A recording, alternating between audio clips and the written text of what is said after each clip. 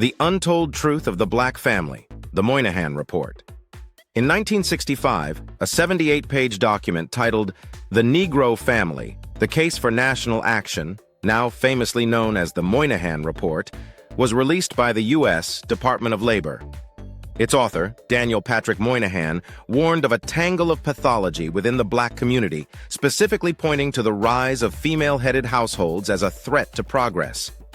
For decades, this report has been used to fuel a damaging narrative that black women pushed men out of the home and that black men abandoned their families.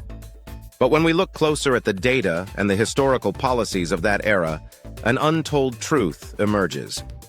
The breakdown was not a cultural choice, it was a survival strategy. What looked like abandonment was often an act of profound sacrifice, and what looked like instability was actually a series of tactical decisions made to keep children fed in a system designed to exclude their fathers. When Moynihan used the term "tangle of pathology," he was describing a theory that the black family had become a self-sustaining engine of social failure. He argued that because of the history of slavery and oppression, the family structure had reached a point where it was no longer just a victim of poverty, but a creator of it. In his view, this tangle was a knot of interconnected issues. Female-headed households led to a lack of male authority, which led to school failure, which led to unemployment, and eventually a multi-generational reliance on welfare.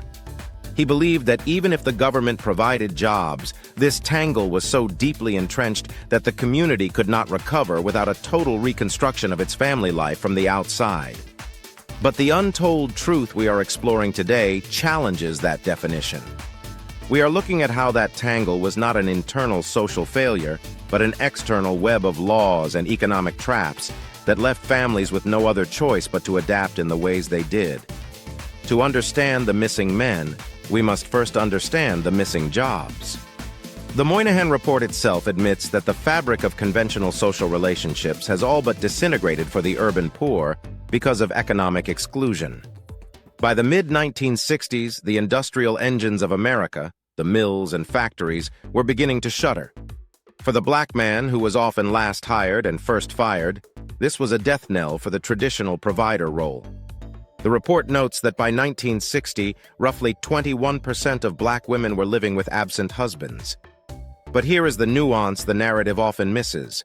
The report acknowledges these husbands were often absent for other reasons, besides separation or divorce. The untold truth is that many of these men did not leave their families. They left their cities. They migrated across state lines in a desperate search for work, sending money back home while remaining legally absent to ensure their families did not lose access to local aid. The report links these family patterns directly to migration. These men were not runaways. They were economic refugees within their own country. For the families where the father stayed close, a more insidious force was at work: the man in the house rule. Under the Aid to Families with Dependent Children, or AFDC, welfare benefits were strictly reserved for households without an able-bodied male present. Imagine the choice. A father, unable to find work at the closed mill, stays in the home and the entire family starves. Or, the father tells his wife to go to the welfare office alone, claim he is gone, and secure the check that keeps the children alive. Many men actively told their wives and the mothers of their children to seek assistance because they knew their presence was a financial liability.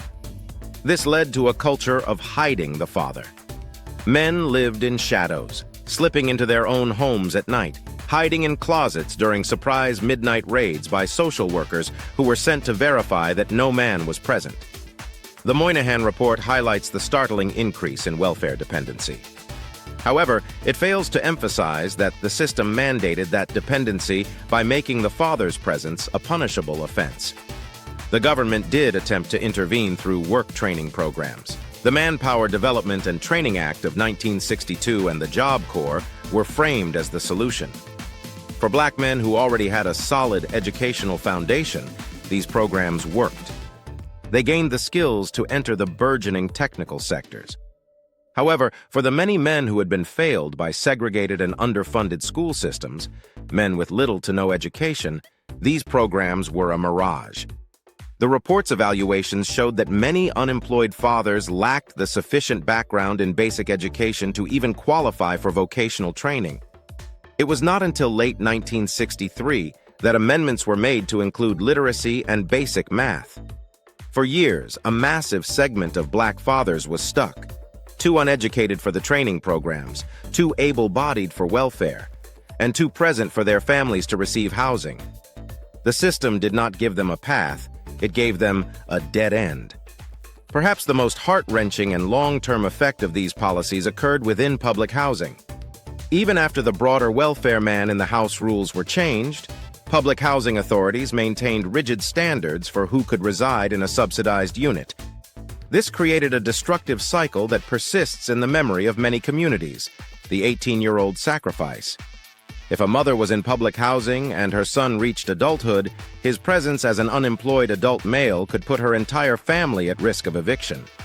Mothers were often forced to make the agonizing decision to put their sons out of the house at 18. This was not because they did not want their sons, it was because they had younger siblings to protect.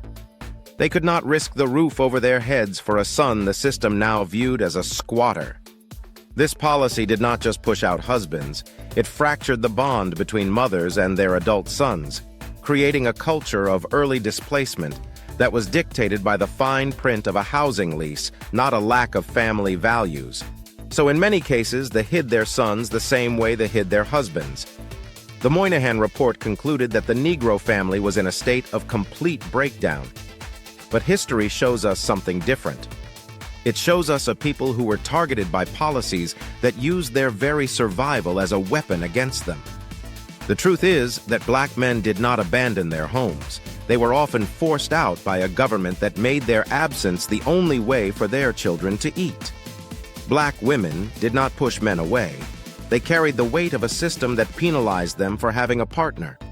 When we tell this story, we must move past the statistics of absenteeism and look at the reality of enforced absence.